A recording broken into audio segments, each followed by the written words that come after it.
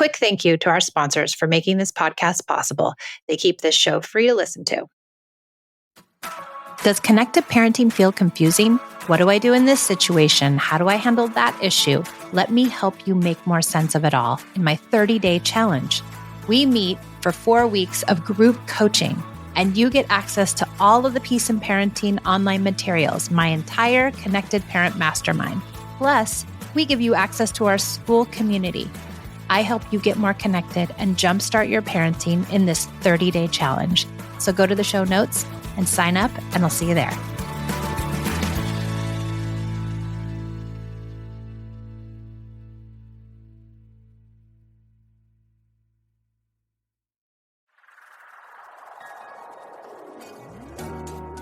Hi, I'm Michelle, a mother of 2 teens. 13 years ago, I traded in punishments and rewards for connection. Now I prioritize relationship over behaviors, utilize play as a parenting tool, and set limits with empathy instead of consequences. Each week, I share my journey and interview clients, experts, and followers. Thanks for joining me on the Peace in Parenting podcast. I'm so glad you're here.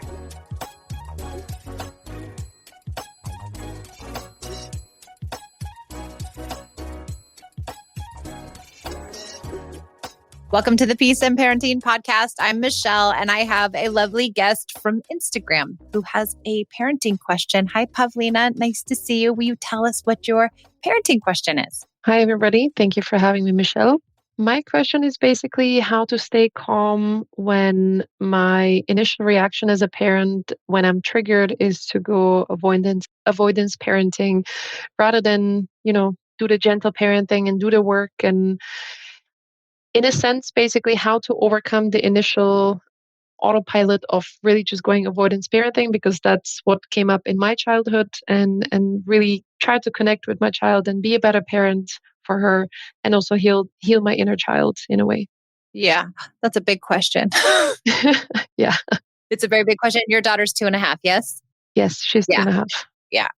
So first of all, don't be so hard on yourself. It sounds like you're upset with yourself that you go to avoidance parenting when, of course, that would make sense for you. If that's what was presented to you in your childhood, then of course that's what you're going to go to. Yeah, I think my inner self is trying to feel validated by your words, but I think on the deeper level, I feel like it's just another way for me to make an excuse.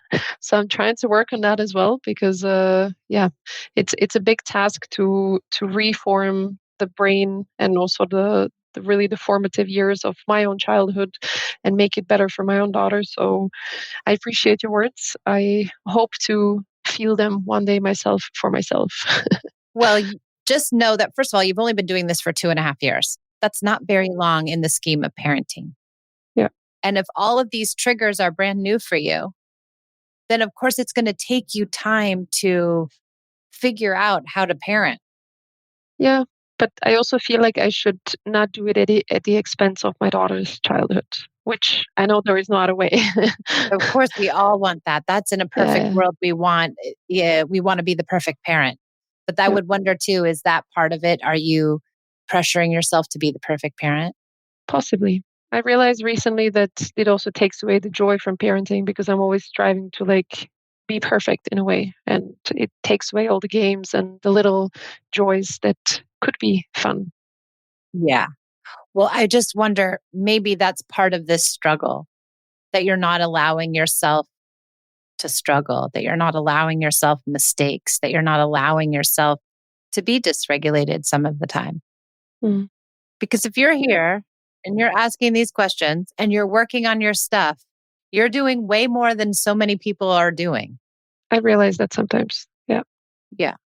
Okay. So if that could be our backdrop, that we don't have to be perfect, that you are going to be dysregulated, you are going to go to avoidance sometimes, just like I'm a yeller. I go to yelling sometimes still, 13 years into this. It's not easy. And these are all new revelations for you. You're just now reparenting yourself. You're just now coming up to your triggers. And so give yourself a minute. One thing that sort of weighs a bit heavily on me is that, moms are usually seen as the rule keepers and the people who keep the order going and so on. But a dad gets to have fun with a kid. And recently I felt a bit sad about it because I see that my daughter now calls my husband to come play with her rather than me from the kitchen. Yeah. She would rather tell like Abba, come sit with me and come play. And for me, actually yesterday she told me, Mommy, stay in the kitchen. And I was like, oof, this one hurts. I know she didn't mean it. And I know it was probably just, she just wanted to play alone with her toy, a new toy. But I was just like, oof, this one is a bit tough to swallow. But yeah, I just want to be the parent who gets to be seen that, I'm also here to have fun. And Yeah. I know that comes as well, but But I guess we have to, do you think of yourself as a fun person? I guess the fact that I hesitate means not so much. So I guess we can't be to our children something we aren't. Yeah. And if we want to be more fun person, I guess we have to cultivate that in ourselves. Yeah, that's a big revelation for me, actually. I think also ever since I became a mom, myself, I've become a second or third in the row of taking care of. Mm-hmm. And I'm also rediscovering what I like and so on. So if you ask me what I like to do, I would say sleeping sounds good, but that's not a hobby. So Yeah. yeah. So I think you're doing a lot of self-discovery, it sounds like. yeah, it's a lot. It's exhausting, and I don't see the light at the end of the tunnel just yet. I just hope that, one day I get to look back and feel good what I did. Yeah. About what I did. Yeah. It feels like you're putting a lot of pressure on yourself. Yeah, not sure what to say. I think there's a lot more into it that I still have yet to digest myself, because it's like peeling an onion. You peel a layer and you discover there's like 20 more under, and then another 20, and yeah, and it never ends. And No, it never ends. I sort of hope that one day it sort of ends and I get to feel whole or complete, and I get to be a present parent. But I always hope it's going to be before my kid is too old to, want to spend time with me, or I do some real damage that I really don't want to, and so on. And I don't want to regret this time, because this is, as they say, this is my life's best project, or like the biggest project that I've ever done in my life. Yeah. So, yeah. But in all good and big projects, there are moments of mishap. There are places where the project falls apart. There are places where we have to reevaluate how the project's going. It can't be this perfect picture. Yeah. I just hope the sort of downfalls are not too, how do you say, too groundbreaking, in a sense that we don't get to recover from them. That's all. We always get to recover. Always, no matter what. There's always recovery. There's always repair. It doesn't matter how old we are. It doesn't matter how old our kids are. You will never ruin it. Thank you for saying this. Yeah, you will never ruin it. And I promise you that. I have done all the things you are not supposed to do. And I mean all of them. My child is lovely. My oldest just went to college. She's lovely. I have messed up more times than you probably ever will or ever have. But it is a continual process. And like you said about the onions, you're so right. They're never ending. Even when you get to the core, it feels like that last thick layer is the hardest one to get to. But you're here and you care, and you can already see, Pavlina, you can already see the places where you need to work. Mm. That's tremendous. You want to be more playful. Try to find a couple of games every single day that you can play with her. Try to find 2 fun things where you just forget everything, your checklist, your rules, your things to do, your places to go, the dishes, the everything. And you just let go twice a day and you play with her and you be silly. Make yourself do that so you can teach yourself how to be playful. I was the least playful person on earth. I was a high school teacher and I ran my house like a high school classroom. And when my coach told me, you have to get on the floor and play with the kids, I was like, no, you don't understand. I'm not playful. I don't want to. And she said, but you have to. And I did. And it made me a better person. It made me a lighter person, a more jovial person. I think I'm actually very grateful for these struggles in a way because I feel like the inner me is also healing a lot. But Yes. yeah, the playfulness is something that I sometimes feel I never got a chance to experience in my own childhood. 100%. Yeah. And we can mourn that. And we can also remedy it all at the same time. Sorry for tearing up. No, please do. I think it's so important. I'm so sorry that no one played with you. That wasn't fair. You missed out on that joyous part of your childhood. I did too. And I've had to cry a lot of tears about it. Yeah, it's something that, as they say, you can forget but never forgive, or the other way around. For me, it's probably I can forget but never forgive in this way to my Yeah. parents. They didn't know. They really didn't. They didn't, because of their own upbringing, they had no idea what it meant to be jovial, what it meant to have joy, what it meant to play. They weren't given that. But the beautiful thing, Pavlina, is you can forgive them because they did what they could. And now you get to fix it. Time for a short break to acknowledge our sponsors. Because of them, you're able to enjoy this podcast without paying a dime. Spark something uncommon this holiday with just the right gift from Uncommon Goods. Have you checked out Uncommon Goods? It's not your average gift company, and everything they have is so special. I found the cutest handmade slippers for the girls and raw gemstone earrings for my sister. Both were so unique and unexpected, not like your average gifts.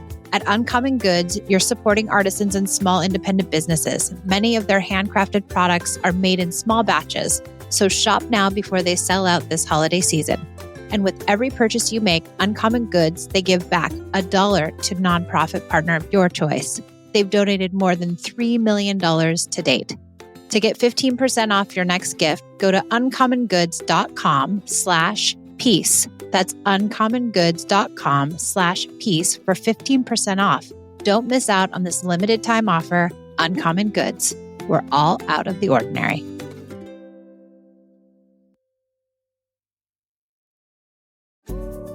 Esme and I both suffer from allergies, and there's nothing more debilitating than trying to have a conversation while in the middle of an uncontrollable sneezing attack. Over 100 million Americans suffer from allergies, and they're not just an inconvenience. They're the number one reason that people miss work.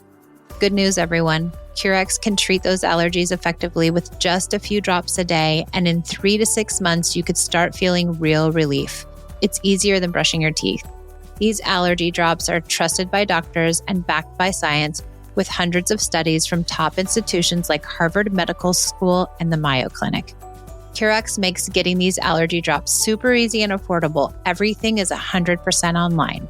Check out Curex. Treatment starts as low as $59 a month. And if you sign up now, Curex is currently running a promotion and you can save up to 80% off of a $49 sign-up fee. Go to getcurex.com. That's GETCUREX.com. Don't let allergies control your life. Take control with Curex. Go to getcurex.com. That's GETCUREX.com.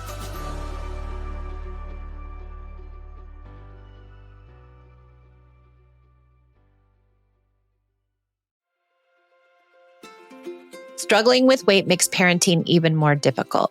But like getting help in our parenting, there's also help to regulate our weight. Mochi Health takes a holistic approach to weight loss that includes visits with board-certified doctors, nutrition consultants, and even science-backed GLP-1 medications like Ozempic delivered to your door. Mochi Health offers affordable and accessible support regardless of insurance coverage. With Mochi, their dietitians work hand in hand with your medication to create personalized nutrition plans that fit your lifestyle so you can reach your weight loss goals. They offer guidance from real doctors and registered dietitians, making easy and sustainable changes to achieve results. To get started, go to joinmochi.com, and when you use code PEACE, you will receive $40 off. Go to joinmochi.com and use code PEACE for your $40 discount today.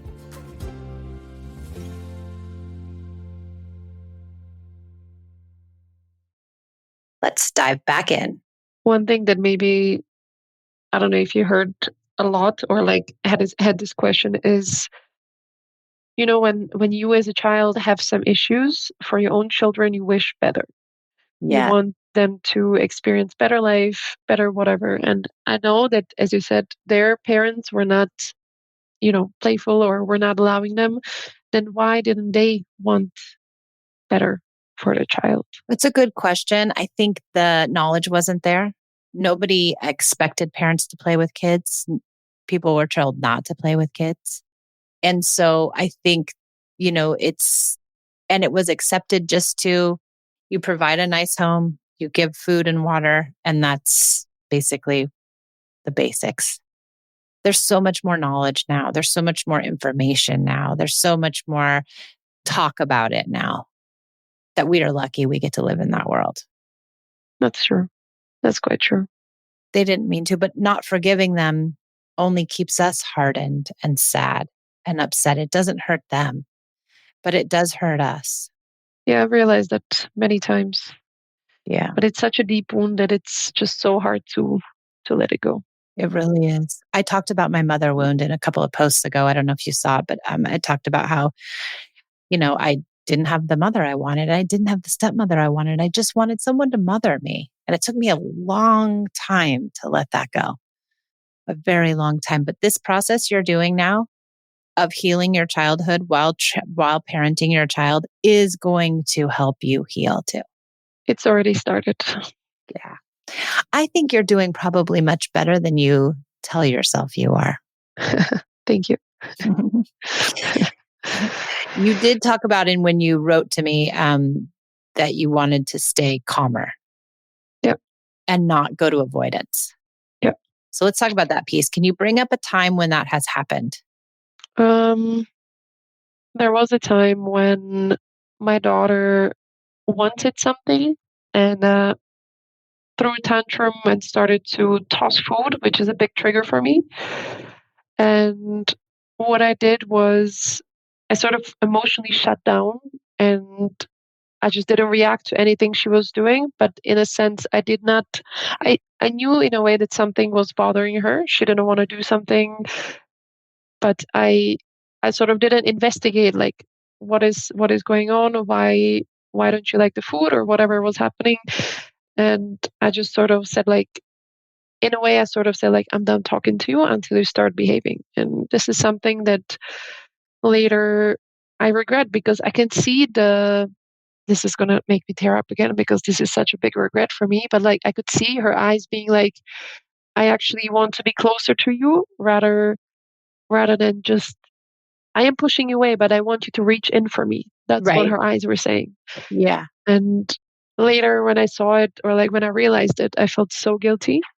No. And yeah, I just want to be more present in a way that I realize this sooner when this is happening and not immediately go into the I'm done talking to you until you behave how I want, because this is not what I expect from her. This is not what I want from her. I want her to be a person of her own. I don't want her to be an extension of myself. So I don't want her to behave like I want her to behave. I want her to be herself. I know that this is a hard emotion and it's really triggering for me. And she knows what my triggers are. So she knows how to push them very effectively. Toddlers are awesome in this. So, yeah, just maybe some strategies how to be present. Yeah.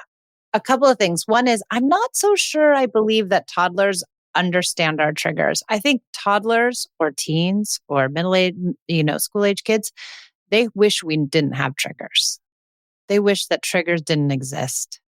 Okay. The only reason that we believe, I think, this is my own personal opinion, that we believe that our kids are really good at getting to our triggers is because our triggers are so hairline. The moment something gets to us, we're off to the races with our feelings and emotions. That's us. That's not them finding it. We don't make them hard to find, our triggers. So I think reframing that she isn't purposely finding your triggers and setting them off. She's actually just being a kid. And kids who are 2.5 throw food. Many, many, many do.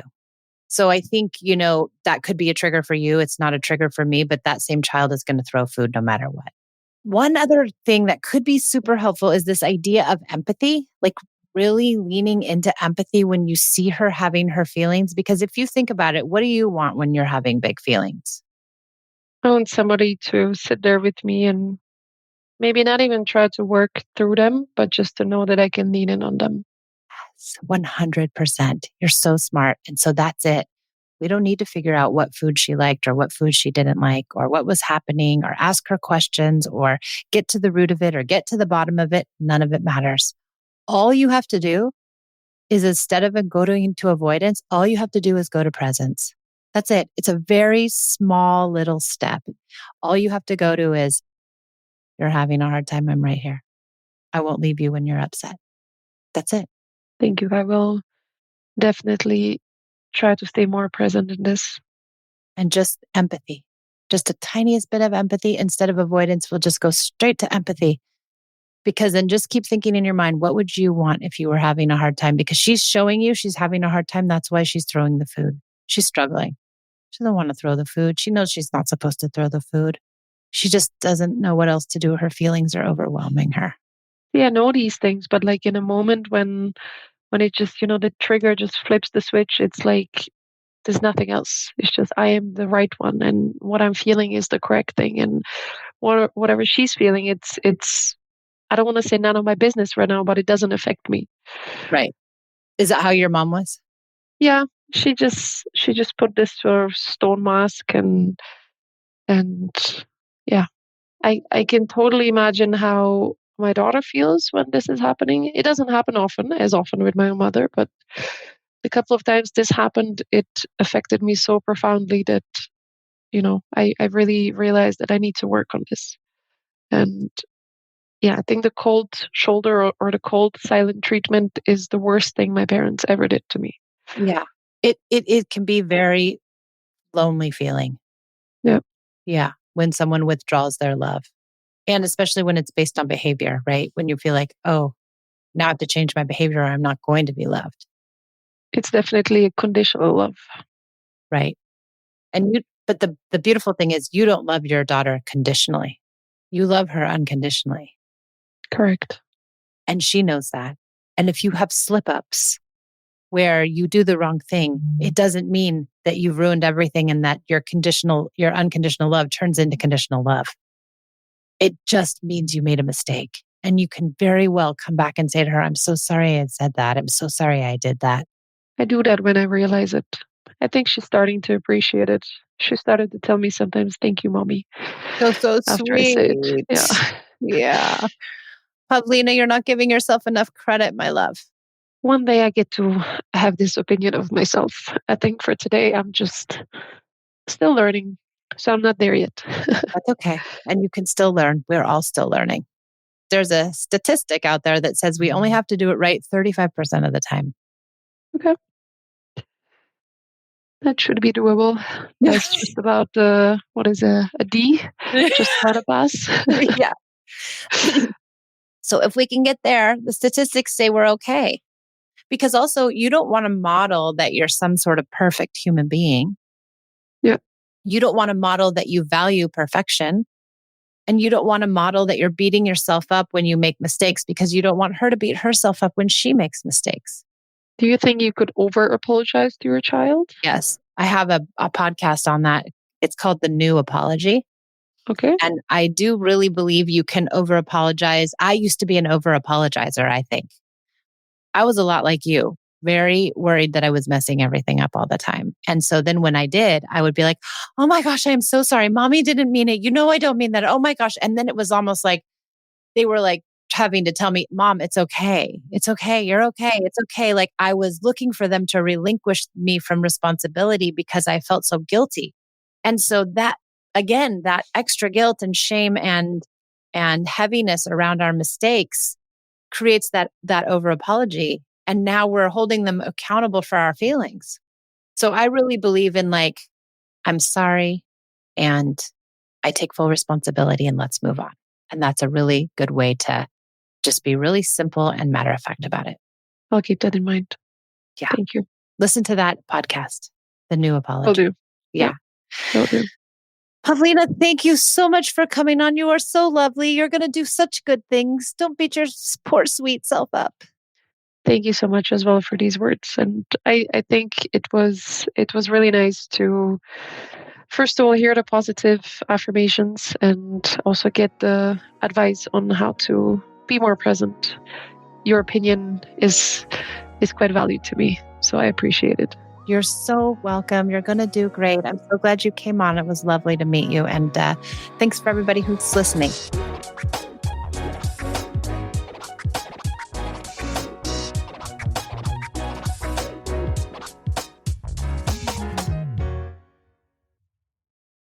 When you need mealtime inspiration, it's worth shopping Kroger for thousands of appetizing ingredients that inspire countless mouthwatering meals. And no matter what tasty choice you make, you'll enjoy our everyday low prices. Plus, extra ways to save, like digital coupons worth over $600 each week and up to $1 off per gallon at the pump with points. So you can get big flavors and big savings. Kroger, fresh for everyone. Fuel restrictions apply.